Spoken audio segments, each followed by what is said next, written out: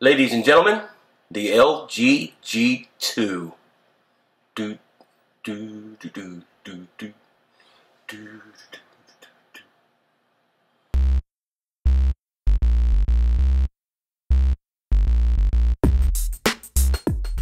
Hey everybody, Jerry here for Android Central, and we want to take a real nice hands-on look at the beautiful AT&T LG G2.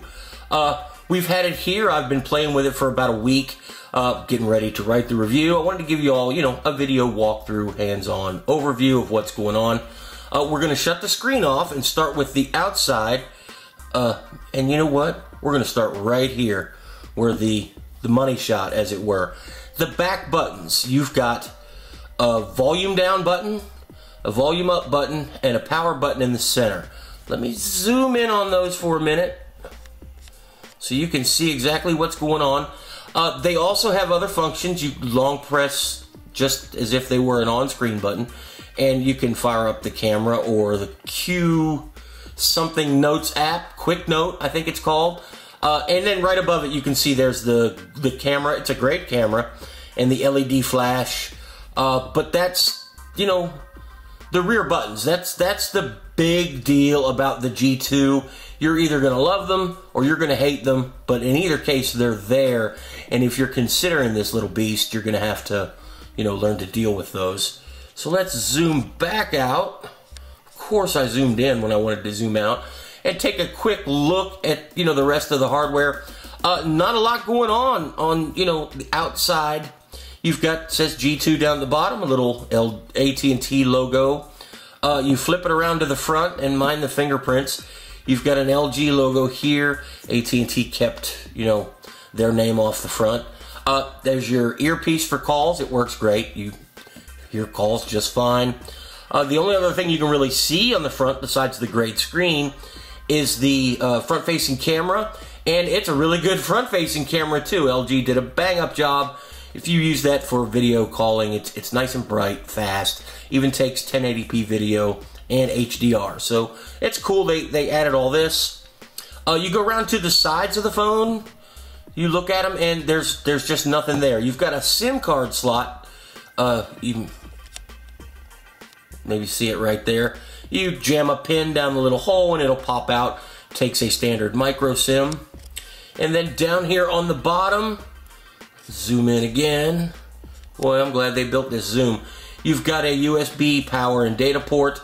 You've got two speaker grills, but only this one is a speaker. This one has a microphone and a 3.5mm headphone jack.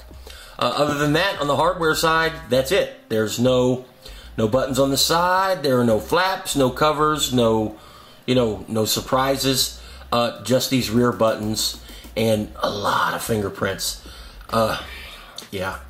If this was mine, I would be buying a case right away. Just letting you all know.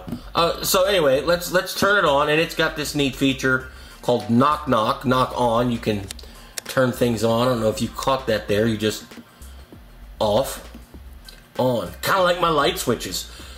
Swipe to open it. Of course, you have any lock screen options that you would find in any other phone. You can put a PIN or a password, face recognition, or a pattern there. And when it comes up, the first thing you're going to notice is this is an awesome screen, guys. This, I can't say that the HTC One or the G2 is better, because they're both so good and so close. There's nothing that really stands out to make one better than the other. Nice and bright, not perfect outside. If you're smack in the middle of the noon sun, you're going to have to crank it up the whole way and still shade it with your hand. That's just, part of having a screen. They all do it. This does better than most. It's not, reflective. You don't have a bunch of sparkles hitting you in the eyes. It's as good as it can be, I think. You've got on-screen buttons, which we'll look at more in a second. But, man, it's fast. It is LG's UI. Yeah, I love you, LG, but your UI is bloaty and it's a big hog. Period. We all know it is. But this Snapdragon 800 just chews through it like nobody's business. Impressed me. Now, it's not faster than you would see on, let's say, the Nexus 7. But when you consider how much more junk is in this trunk and it's moving just as fast, that's where, you know, the Snapdragon 800, we're loving it. Yeah, that sucker is fast. That's the best way to put it. It doesn't really blow your hair back if you've used a Nexus 7 or a Nexus 4 because you're used to it. But this is the first phone that is just chock to full. I mean, the bucket is overflowing with gimmicks and features and bloat. LG stuck everything in there.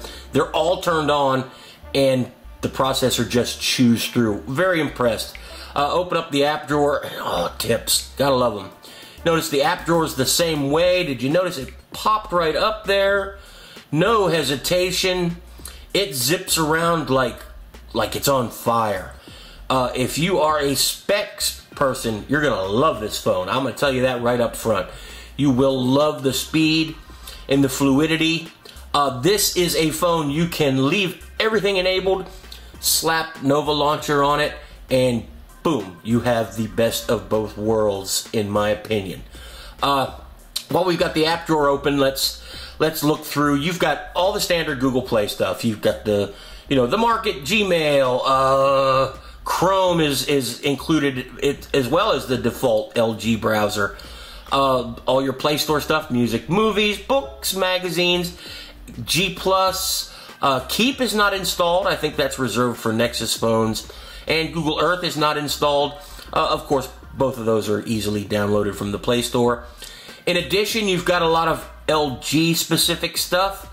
LG gives you fancy video player, video editor, you know, all kinds of stuff, a task manager, three different notepads, you know, a task list. Let's say you don't want to use Keep, you just want to have somewhere to put your tasks. You've got Twitter and Facebook installed by default as well. And then the AT&T stuff. Man, if it's built by AT&T, they stuck it in here. I'll have a big list in the post, but you name it, it's here. Code Scanner, Family Map, Navigator, Drive Mode, AT&T Ready, Messages, Contacts, Data Manager. It's all here. The good news is, go into the settings, you can disable them. You know, without root, you can't really uninstall them, but you've got 32 gigs here. There's about 25 gigs usable. You can uninstall that nonsense and pretend like it was never there. I just factory reset this to make the video, but I will tell you, I did that right out of the box, and it's satisfying on these Jelly Bean phones just to get rid of that stuff. AT&T wants people to see them. We've seen them. That's fine. We'll disable them. The other stuff that's good, you've got a great camera. We'll have some, you know, some samples and stuff in there. You know, the video camera, they've impressed me for a while. Video, for some reason, just seems to do better on smartphones. But the still camera, now I've not used the 5S, but the camera on the G2 is the best smartphone camera I've ever used. I'm no professional photographer. I'm not out after Trey Ratcliffe's job or anything, but the pictures are more than adequate for posting online. I would actually go back a little bit on things I've said before, and maybe if you wanted to print some, you know, wallets or 4x6s from this phone, you could probably get away with it sometimes. You know, it's still 9 millimeters thick. There's no focal length. You're not gonna get pictures like you will out of a dedicated camera, but you'll be very pleased with the pictures you get out of this. Real quick before we go, I want to look at a couple things in the settings. First off, this notification shade. Yeah, that's busy. You know, what can you do? I would probably root this phone to get rid of that. You can get rid of the Q slide stuff, but you still, that's more than I want to see there. No way for it to go away. I do believe on the Verizon version, this volume slider is only shown when you're actually using, you know, got music or a call. But here on the AT&T model, it's there all the time. Q slide, I do believe Andrew's working on a nice little post that explains all that. We'll have that linked in the post. But you tap that icon, you get to the settings. First off, you've got tab settings, which I think nobody likes. But the good thing is you can hit this button, switch to list view. Don't show this again. Click OK, and you're back to something that will be a little more familiar to you if you know, you're a long-time Android user. Get in the settings. There's a lot of stuff going on here too. There's gestures. You can flip the phone. You can have it track your face, just like Samsung does. What else we got? They've really played with the battery screen. Like I said, I just factory reset this.